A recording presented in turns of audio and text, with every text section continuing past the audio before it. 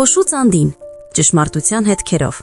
Ժամանակակից աշխարհում իրականությունը հաճախ անտեսանելի է, եւ նորությունների խորագրերը չեն արտացոլում այն։ Երբեմն այն թաղվում է փոշու տակ, արտաքին ազդեցությունների, տարբեր կողմերի շահերի եւ մեդիայի կողմից ստեղծված աղմուկի ազդեցությամբ։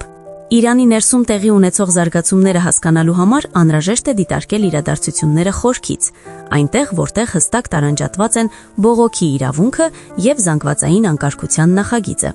Այնինչ ձևավորվեց սկզբնական փուլում տնտեսական բողոքի բնույթ էր կրում։ Մարդիկ, ովքեր տարիներ շարունակ ապրում են պատմության մեջ ամենադաժան ու ծանր միակողմանի պատժամիջոցների պայմաններում, հատկապես էներգետիկայի եւ կենսապահովման ոլորտներում, բնականաբար պահանջատիրության ձայնի իրավունք ունեն։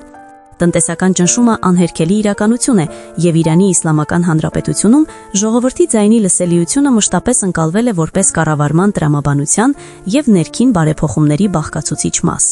Նույն այս շրջանակում իշխանության ամենաբարձր մակարդակներում բազմիցս ընդգծվել է, որ օրինական, խաղաղ եւ քաղաքացիական բողոքը ոչ միայն ճանաչվում է, այլև կարող է հարթել ճանապարհ դեպի բարեփոխումներ։ Սակայն այս խաղաղ գործընթացը հանկարծ շեղվեց այլ ուղղությամբ։ Արտաքին դերակատարների բացահայտ ներգրավմամբ, սկսած Միացյալ Նահանգների պաշտոնյաների հրապարակային հայտարարություններից մինչև սիոնիստական ռեժիմի բաց աջակցությունը, իրադարձությունների բնույթը փոխվեց։ Այնինչ սկսվել էր տնտեսական պահանջով, աստիճանաբար վերածվեց կազմակերպված բռնության դրսևորման։ Բանկերի, բժշկական կենտրոնների, քաղաքային ենթակառուցվածքների եւ նույնիսկ շտապօգնության մեքենաների վրա հարձակումները ցույց տվեցին, որ այլևս խոսքը բողոքի մասին չէ, նպատակը անկայունության եւ ավերածության ստեղծումն էր։ Այս ընթացքում զոհ դարձան ոչ միայն անվտանգության ուժերը։